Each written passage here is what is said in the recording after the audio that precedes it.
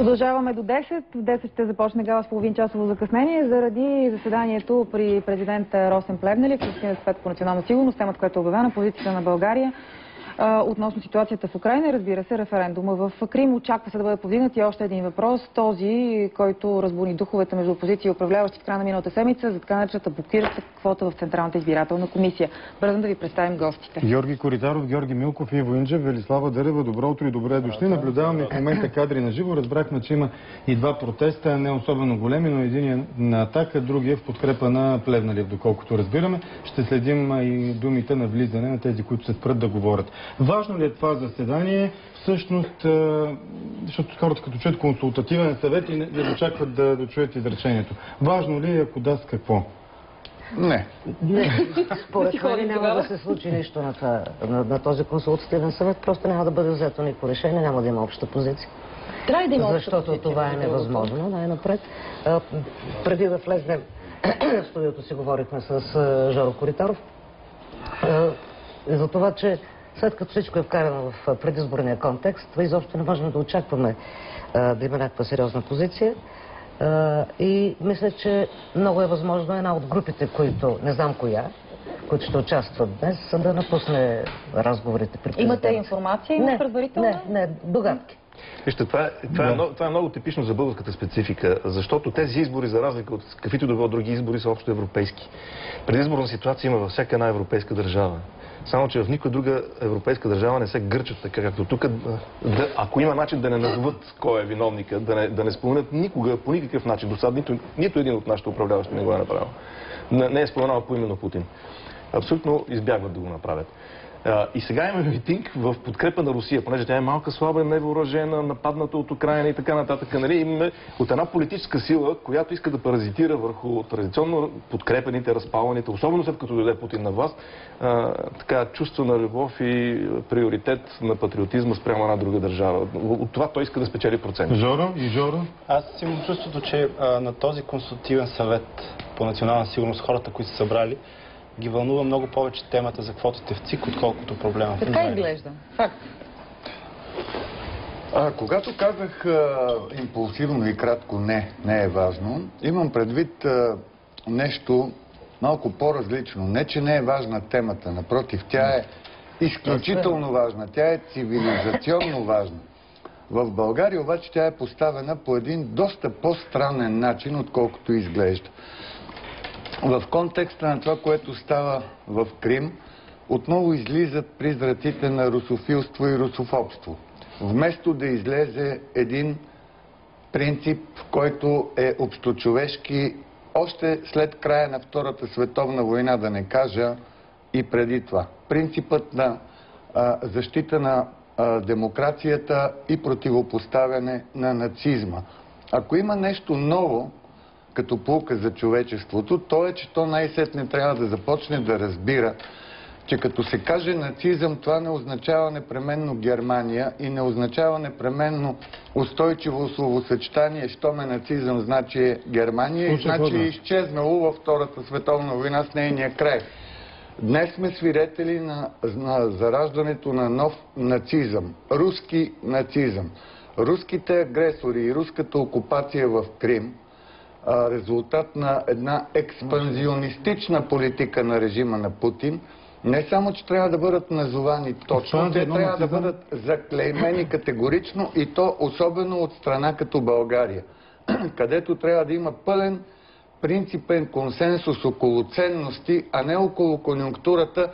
Ама ние сега имаме отношения с тях, ама какво ще стане? Без никой да се вълнува от икономическите и финансови щети, които би претърпяла България. За мен, Ани, е особено важно, точно в такъв момент, Европа и изобщо цивилизования свят да се обедини около всеобхватни, колкото се може по-дълбоки и колкото се може по-мащабни санкции срещу режима на Путин, а не такава козметика на 20 на души забраняваме да пътуват и им спираме сметките. Защото колкото са по-мащабни санкциите, толкова по-недвусмислено ще бъде предупреждението към Путин. да не продължава така и в най-добрия случай да се изтегли. Защото както през 1991 година светът се противопостави на Саддам Хюсейн с пустинна буря, сега по един мирен постмодерен начин трябва да се противопостави на Путин, който е синоним на Саддам Хюсейн. Руски нацизъм, това ми прозвуча много силно формулировка. Когато говорим за нацизъм, трябва да сме наясно, че Европейския съюз и Съединените щати се провалиха тотално в Украйна и респективно в Крим, като резултат, но най-вече в Украйна, най-вече на Майдана, в Киев, защото протестите на Майдана започнаха като граждански протести срещу едно дълбоко корумпирано правителство и всеки човек би отишъл на Майдана да протестира срещу тази корумпирана власт. След това обаче тези протести се изродиха в фашизоидна агресия и накрая завършиха в вид на неонацистски преврат. Когато говорим за нацизъм, трябва да сме наясно, че хората, които окръвавиха Майдана... Украински нацисти ли са? Момент, защото на Майдана загинаха 100 души. Те не загинаха, както твърдат новите тъй наречени власти. Не загинаха за европейските ценности. Те загинаха, защото тези неонацисти окървавиха този площад. Те провокираха всичко това. И трябва да сме наясно, че хората, които днес управляват Украйна, те са откровенни неонацисти. Това е десния сектор. Те са последователи на Бандера. Когато ги попиташ кой е вашия лидер, те казват Степан Бандера. И искам да кажа, много моля, гледайте внимателно по телевизията. Погледнете какви знаци носят. Ще ви дам само два примера, за да сте даятни. Момент, не ме прекъсвайте. Да кажа. Марина Стоименова ни чака и имаме достатъчно време да продължите. Ще дам два примера. Жълтите ленти, които носят на своите ръкави десния сектор, там има един знак. Знаете ли как се нарича този знак? Нарича се Волфсангел. Това означава вълча кука. Това е един от символите на СС. Те носят на своите щитове изписано 8-8. Това не е просто число. 8-8, уважаеми колеги, означава Хайл Хитлер, защото 8-та буква в латиницата е Хаш. Едно събитие... Ние трябва да изчакаме през цялото време на тази путинска тирада. Извинявайте, за това опорна точка на Путин. Един по един да идваме. Само за секунда да чуем какво става там Иво Инджев и Жоро Милков с реакция. Бъдете кавалери, Марина Стоименова. Да я чуем какво става все пак пред президентството и имаме време да чуем всички. Здравей, Марина.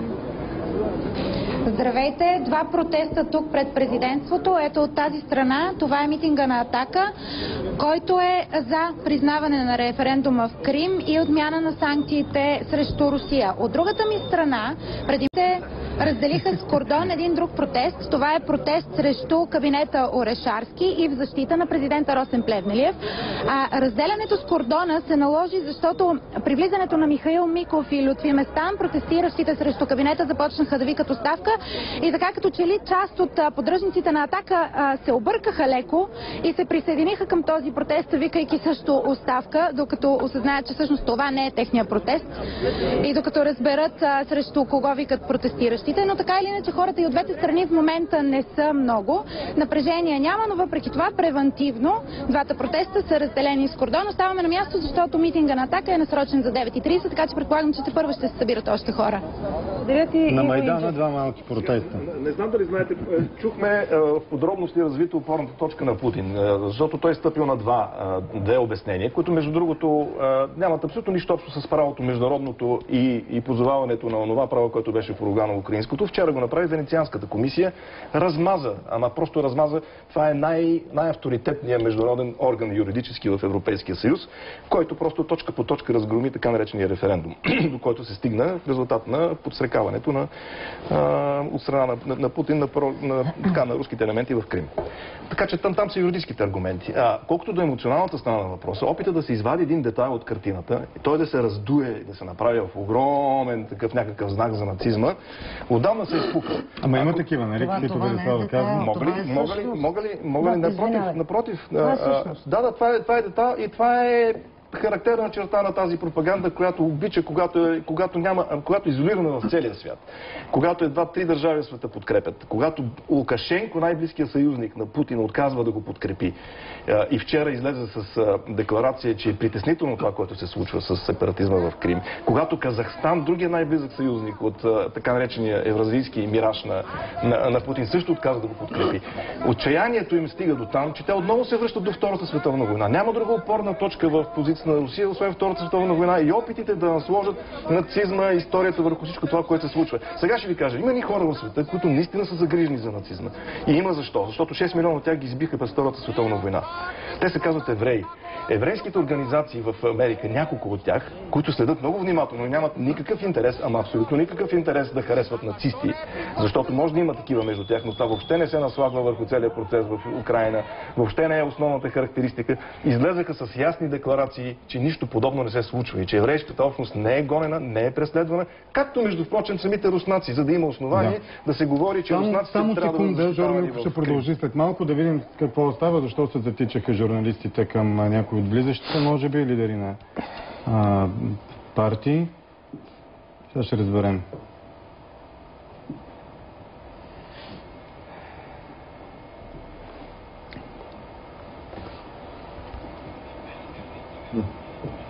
Пристигали от към БНБ, стотина души подават колегите информация с плакати Атака. Добре, съжалявам, че прекъснах Иво. Въпрос към Жоро Милков.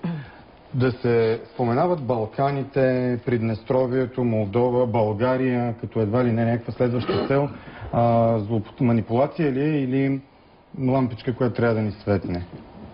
Аз не бих казал, че трябва да се страхувам от това. Останах с впечатление, след като гледах ви в разговора с Слави Бинев, че не си чел материала на Правда. Анализа на Правда беше наистина много показателен. Където се споменава България. Там се споменаваше България, да. Всъщност там се изброяваше тази логика на територии, които би трябвало да бъдат взети. Свободен полет на мисълта ли или структура? Това може да се нарече и свободен полет на мисълта, но когато е в органа на партия, която е представена официално в думата, идва да ни покаже, че очевидно това нещо се дискутира дори в трябва да се страхуваме, не да не се страхуваме. В Кремъл. Не вярвам, че са изпили толкова много водка в Кремъл, че смятат, че могат да си вземат България обратно, след като през 60-те не са успели. Не вярвам в това и затова смятам, че това нещо трябва да се остави на страна, но е хубаво да се покаже какво в коридорите на Кремъл се говори. Съгласен съм, че трябва наистина проблема да бъде назован. Кой е виновен и какво се случи. Но съм твърдо убеден, че това няма да стане. Освен това, никой в Европа, уви, няма да накаже Путин, защото съм съгласен и с сравнението, когато Садам влезе в Кувейт, но никой не наказа Садам през 1991 година, а се изчака 12 години по-късно, защото правиха бизнес в Кувейт. В момент, след като сме ясно убедени, че Европа прави бизнес с Путин, едва ли някой ще направи нещо повече. Само много древен детайл за Правда искам да кажа, понеже действително не всеки е следил тази история. Правда прави подобно нещо не за първи път. Правда всъщност пише не за руските си читатели. Това е сигнал към българските правосигнални козируващи, които като чуят Правда и козируват и се съгласяват. И се радват даже, въобще, че има такова нещо като Правда. 2008 година, когато в София дойде триумфално за големия шлем на Първанов, както той го нарече после Владимир Путин, проектите, тогава Правда излезе с предварителна информация колко трудни са българите за преговори, колко са жилави, как ще им извиват ръцете. Вие представете си какъв смях е това. Просто как ще извиват тук Първанов ръцете на горкия малък Путин. Това е също като митинга на Сидоров в защита на малката слаба Русия. Просто са се наговорили, това са опорните им точки, които да помогнат на българските другари, за да излезат после от положение, когато тук ги поставят на колене, предварително да каже Правда колко са трудни и как как най-накрая българските другари, въпреки всичко, се съгласили с руските другари. Георги Коритаров и Велислава после. Посоката България, Балканите, как изглежда? България и Балканите, разбира се, това е характерен начин на мислене и мисля, че така трябва да го интерпретираме от към руска страна, но искам да дам няколко аргумента, защо това е руски нацизъм, наистина. Защото пряката аналогия при това развиване и в либерални и демократични руски издания на това, което се случи с Крим, е аналогията с аншлуса на Австрия от 1938 година и с аншлуса на присъединяването на Судетската област в Чехословакия, бивша. Когато, впрочем, светът реагира по същия безумен и по-скоро пасивен изгодническо-икономически начин, както и днес. И 1938 година никой не се противопоставя по остър начин, така че да разпознае започващата война, както и днес компромисът минава по линията, ами ние трябва да бъдем по-тихи, по-привити, за да може да си развиваме отношенията. После има още един друг много ключов аргумент за руския нацизъм. Той не започна днес, не започна с Крим. Той започна още с чеченските войни, особено войната на Путин. Това е комплекс от разпада на големи Съветски съюз. Това е комплекс от разпада, но това показва във висша степен уродлив двоен стандарт. В единия случай нашите сънародници руснаци гласуваха на референдум, както впрочем австрийците на плебисцит през 1938 година масово. Затова ги присъединяваме. В другия случай чеченците са длъжни да бъдат част от Руската федерация, каквото и да си мислят, каквото и да се случва, въпреки договорите, подписвани между Руската федерация и Чеченската република. И аз искам обаче тук, понеже Велислава ще говори след мен, да насоча вниманието към още един изключително фрапантен двоен стандарт, проявен от Българската социалистическа партия. Направиха на нищо Страхил Ангелов заради това, че ходил в Сирия и се е срещал с режима на Башар ал-Асад. Нещо да направиха на Николай Малинов, който честити на православните християни руската агресия срещу Крим. Нещо да направиха.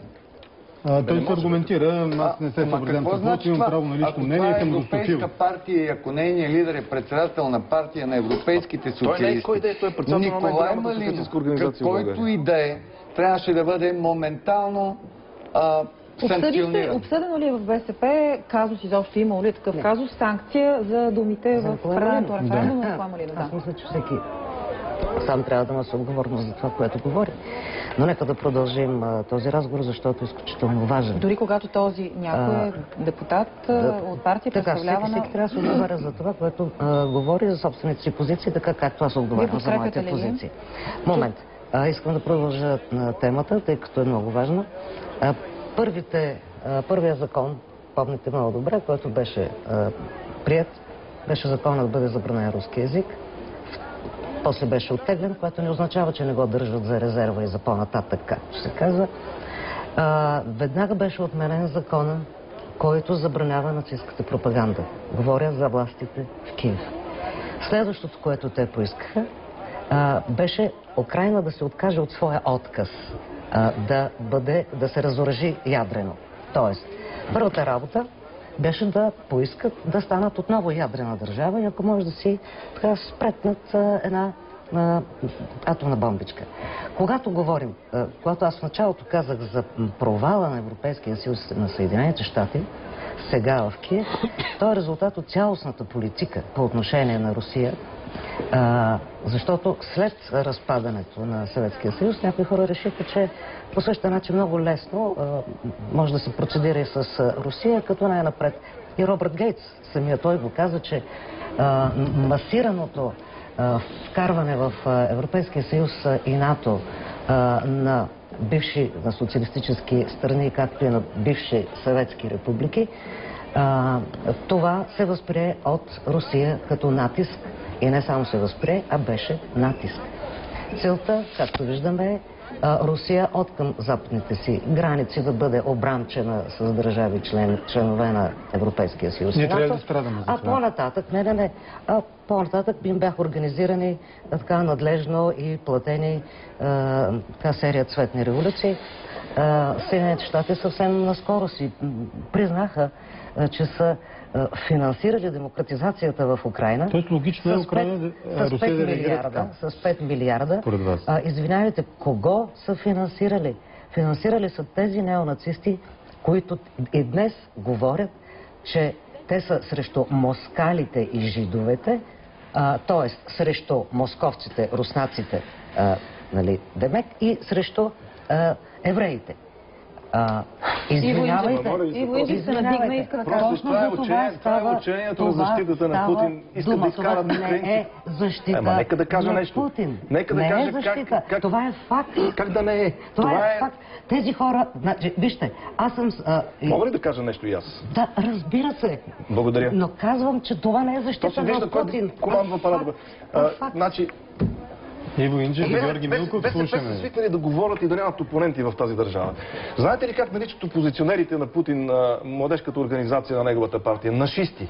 Това са хора, които и въобще в Русия да се бият извинявам се, че ще го кажа, но това е превод на български, да не го казвам на руски, черногъзите.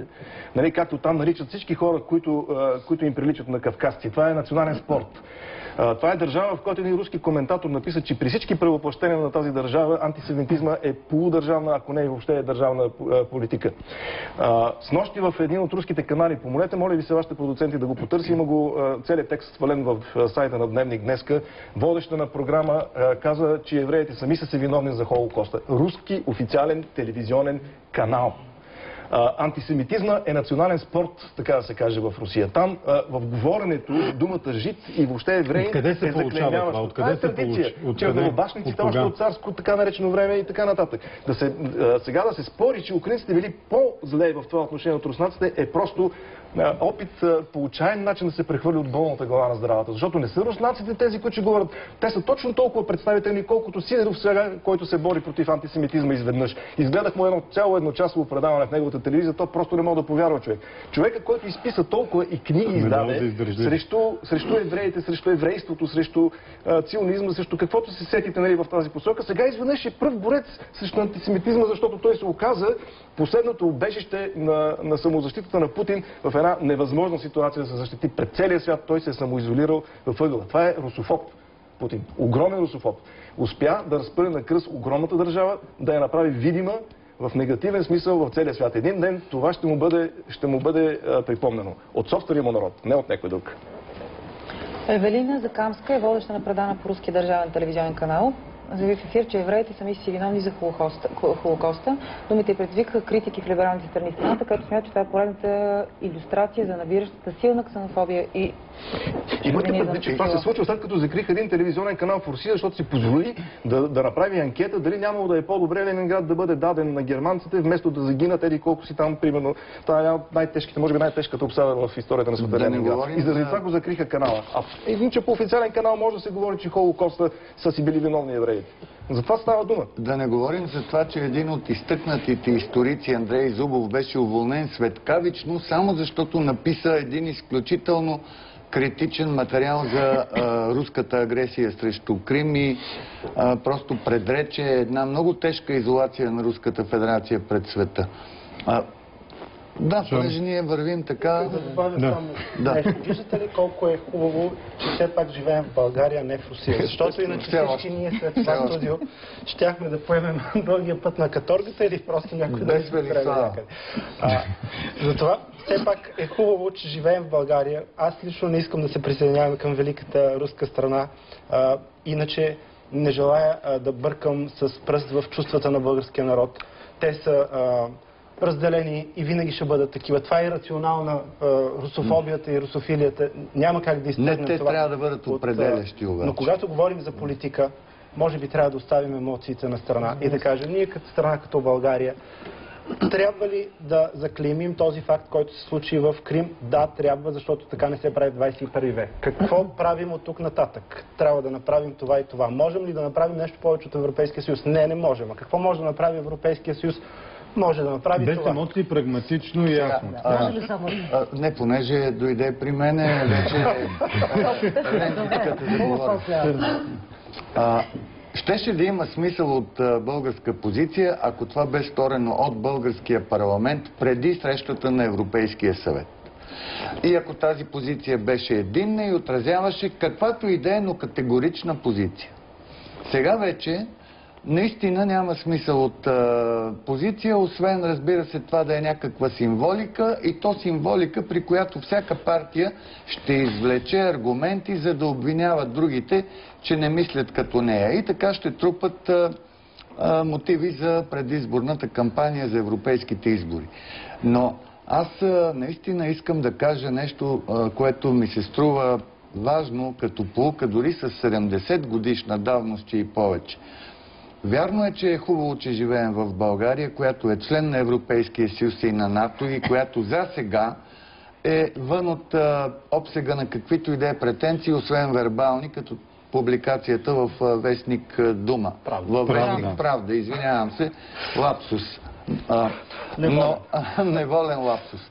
Но в същото време, ние като поколение и следващите поколения трябва все по-ясно да си даваме сметка, че в случая трябва да се научим да защитаваме ценности, а не ирационалните направления русофили, русофоби или еди какви си. Ценности. В случая има агресия срещу една независима държава, член на партньорство за мир, кандидат за членство в Европейския съюз по нейно желание. Това означава, че и Европейския съюз, и НАТО трябваше в пъти по-категорично да се противопоставят на руската инвазия. Защото и те се компрометират по този начин. Специално за Крим да кажа няколко думи. Когато Косово се отцепи, и то не с референдум, а с дигането на ръка в парламента в Прищина, 109 депутати гласуваха, тогава българската държава беше една от първите, която възторжено тук си призна. Кой беше външен министър тогава? Косово. Кой беше външен министър? Кой беше? Ивайло Калфин се казва. А премиер беше Сергей Станишев. Така. И само да вметна като реплика, понеже имаме право. Невежеството винаги прави тази аналогия между Крим и Косово. Между Крим и Косово няма нищо общо. Косово може да бъде правено като аналогия с Бангладеш, Велислава. Помниш ли Лига Авами и Муджибур Рахман? Само да довърша. Тя не ги помни, тя не ги е чувала. Искам да кажа следното. Сега същата българска държава някак си стои пред решението, пред събитията в Крим, защото там не гласуваха 109 депутати, а имаше референдум, до който 95% от хората се изказаха в този референдум за излизане от състава на Украйна. Тук има някакво странно противоречие. Не може едното да го признаваш, другото да не го признаваш.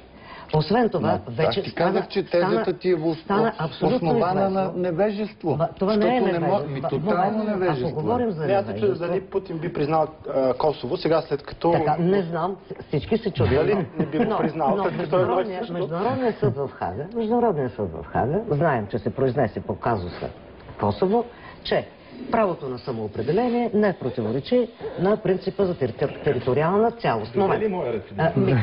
Значи, ако утре някой реши да внесе казуса Крим в Международния съд в Хага, вече този съд в Хага не може да се произнесе по друг начин, защото вече той е създал прецедент. Ти като си ходила на изпити, чела ли си преди това лекциите? Любими аналогии. Това сравняваш Запорожеца с Мерцедес. Едното е автомобил и другото. Значи в Косово имаше поредица от събития, а между другото Хага се произнесе години след това. Докато, сега ще кажа какви са събитията, докато в Крим всичко това нещо се случи в рамките на броени дни. така наречения референдум, който въобще не се е състоял според Венецианската комисия, казвам вчера. Този изключително...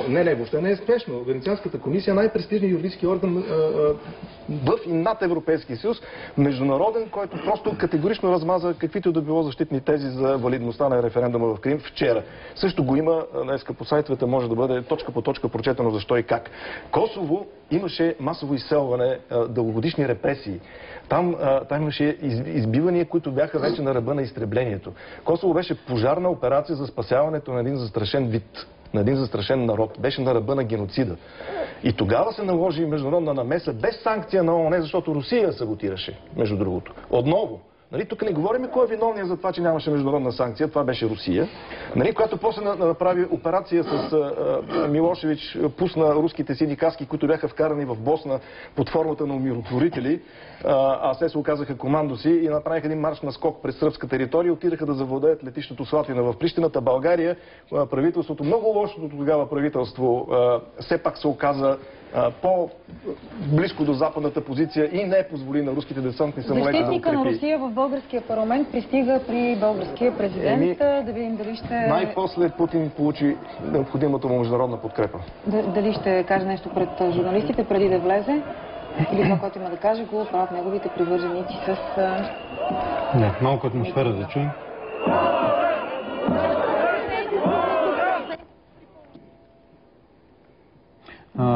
Даваме знак на колегите, че има някакъв проблем с звука, поне тук в студиото. Ние знаем какво казва той. Добре. Звука не е там в студиото. Искам да изразя обаче едно несъгласие с всички до тук, които казват... Какво казва? Жоро Милков, какво казва Волен Сидоров, докато правим звук? Ето, например... Да, какво казва според теб? Да говори в чужбина как Русия ще нападне България. Това е просто недопустим гаф. Това е за оставка и за обструкции, за импичмент. Така че имам какво да му кажа, но не очаквам консенсус по въпроса за... Просто... Очаквате ли да се изясни поне Това е сделка между ДПС и ГЕРБ. Те са си направили вече. Явно ще направят с Плевнелиев тази сделка и ще си я решат помежду си. Аз съм убеден в това. Те винаги играят заедно.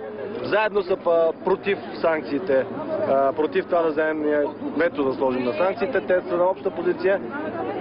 Те гласуват заедно в парламента и сега ще се разберат, нямам съмнение изобщо. А при положение, че всичко е едва ли не вече предрешено, какъв е смисъл от този съвет и от вашето присъствие тогава вътре? Смисъл е да се чуе мнението на всяка политическа сила, иначе да се стоим по офисите и да си говорим. Затова е този съвет и моят призив е той да се слуша в гласа на разума. Гласа на разума казва: България трябва да е против санкциите, България трябва да признае референдума в Крим и България трябва да бъде против забранителния списък, защото това разваля дипломатическите ни отношения с Русия. Как ще стане посещението на Сергей Наришкин, който е в забранителен списък и той е планирал май месец посещение тук в Българското народно събрание. Това е председател на Руската дума. Как ще стане тая работа? Миков ще го върне и ще развалим отношения с Русия ли? Това е просто вредно за България. Аз не знам Вигенин дали е дал съгласие за този забранителен списък, но ние тук сме даже издигнали един лозунг, който казваме, че каним председателя на думата в Народното събрание, както има Твиенко, която е председател на горната камера, също в забранителен списък, защото трябва да покажем, че не може да се слагат забранителни списъци на руски политици. Това е безумно, това е контрапродуктивно и това е под натиска на САЩ. Евросъюзът трябва да излезе от опеката на САЩ най-после, да бъде европейски, а не вашингтонски. Министър Вигенин заяви пред Бановското РК даде по повод изявлението на Станишев, че ако духът на национализма от Украйна изпуснем от бутилката в нашия регион, камък върху камък няма да остане. Как го коментирате? Няма дух на национализма в Украйна, има дух на фашизъм, екстремизъм, поддържан от щатите. Финансиран с 5 милиарда долара, както каза помощник държавен секретар Нулан. Екстремисти, убийци, бандити, които в момента управляват Киев.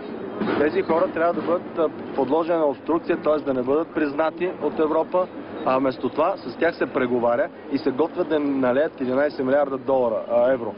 Аз искам 11 милиарда евро да влезат в България, а не в Киев, в ръцете на бандити и убийци, които се заканват, че ще убият всички москали, жидове, православни, руснаци и всякакви. Нашите българи се страхуват от тях. тази власт. Те гласуваха 100% за признаването на Крим към Руската федерация, защото казаха, ако дойдат тези майдановците, спият. Това е нашия български...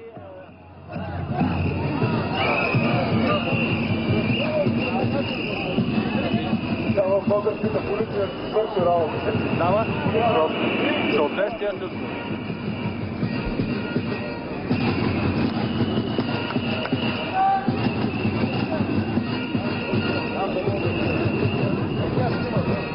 Абе, изгонете ги ти оттам, давай провокаторите, бе. Когато ставаме бокуците му... Мирните протестират. Нема мир. Днеска заплахата от тинк-танковете, да, и от танкерите.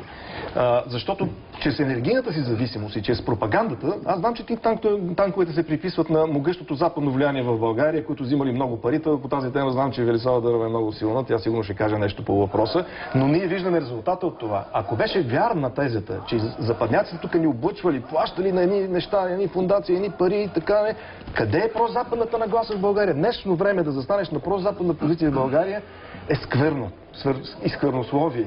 Заклеймявате като екстремист, като предател, като слуга, докато да си русофил е патриотична кауза. Как, моля ви се, Ивайло Калфин започна предизборната си кампания от името на БСП 2011 година. От едната му страна седеше Станишев, от другата Първанов, че да обичаш Русия е задължителното условие за българския патриотизъм.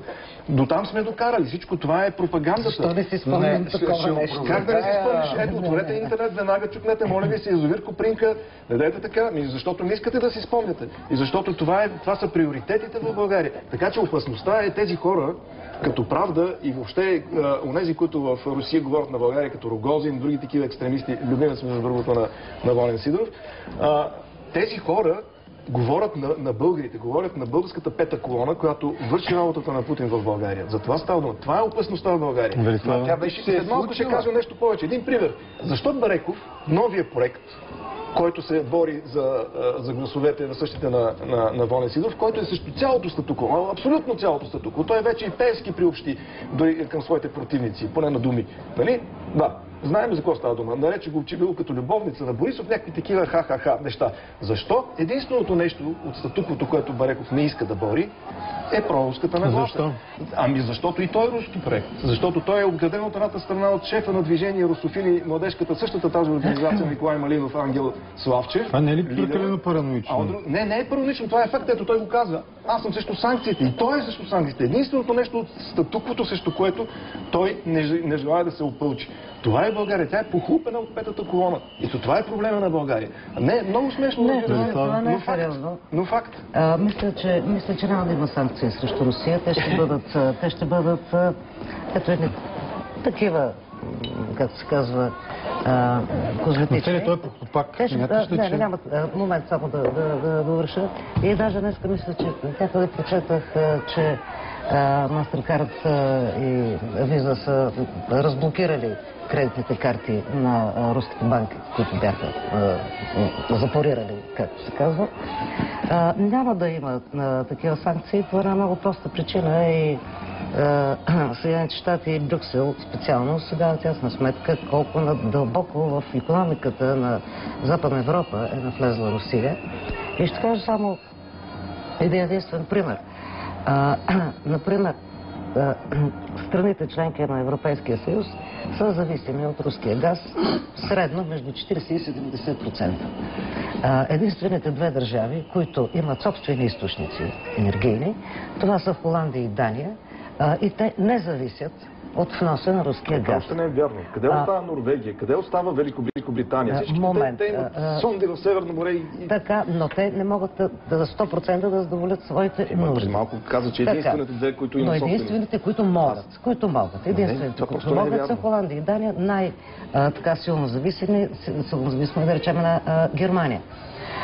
И както, например, сега това лицемерие, мен вече ме е омръзнало и всички тия двойни стандарти, когато непрекъснато на нас в България не се говори, че ние не трябва да внасяме руски газ, ние не трябва да имаме руски ядрени централи. Но това са пълни глупости, защото цяла Западна Европа живее на руския газ. Примерно в когато в България ние трябваше да затворим два абсолютно работещи ядрени реактора, примерно съветски, руски. Сега в Англия започват да строят две ядрени централи, пак по руски технологии. Извинявайте, просто се уморих от цялото това двуличие и лицемерие. За централата ще моля някой ден да пуснете едно клипче от германци, направено преди закриването на блоковете, да видите за какво става дума, какъв ужас отвътре изглеждат двата блока въпросните. Защото става дума за здравето на българите и на още милиони европейци. Абсолютно безопасни трети и четвърти блок. Имам един въпрос. Защо никой българската държава и особено тези, които имат отношение към Европа, като примерно Сергей Станишев, не реагира на руската антибългарска кампания, която се лее, и Руския институт за стратегически изследвания РИСИ на генерал Решетников бълва клип след клип, в който ползва България като изтривалка за руската пропаганда, сочейки българските страдания под западния колониализъм за употреба на руската пропаганда. Няма ли някой да реагира на това? Гледаме кадри от така наречената Гербова зала. Членове на правителството виждаме. От лидерите на партии не виждам Сергей Станишев, поне не разбрахме да е влязъл и не го видяхме, всички останали. Борисов Местан влязоха. Които са част от състава на това заседание, и Волен Сидеров е тук. Членове на правителството, Светлин Йовчев виждаме. Волен Сидеров, между другото, демонстративно не се ръкува с президента, или поне не го е направил до този момент. По едно изречение, наистина, защото трябва да приключим извънредното на студио. Много горд като българин. Отказа му, президента подаде ръка на Волен Сидеров. Волен Сидеров реши да държи ръцете. Ще бъда много горд като българин, ако поне днес някой, защото няма да има възможност за обща позиция, то е ясно, но поне някой от българските политици излезе с позицията, че срещу Русия трябва да има мощни, всеобхватни санкции, тя да бъде наказана така, както човечеството е пропуснало да накаже Хитлер през 1938 година. Финал на това извънредно дълго предаване. Заседанието на Консултативния съвет по национална сигурност при президента започва в тази минута. Подробности в новините Нова. Разделяме се до утре в 6:20.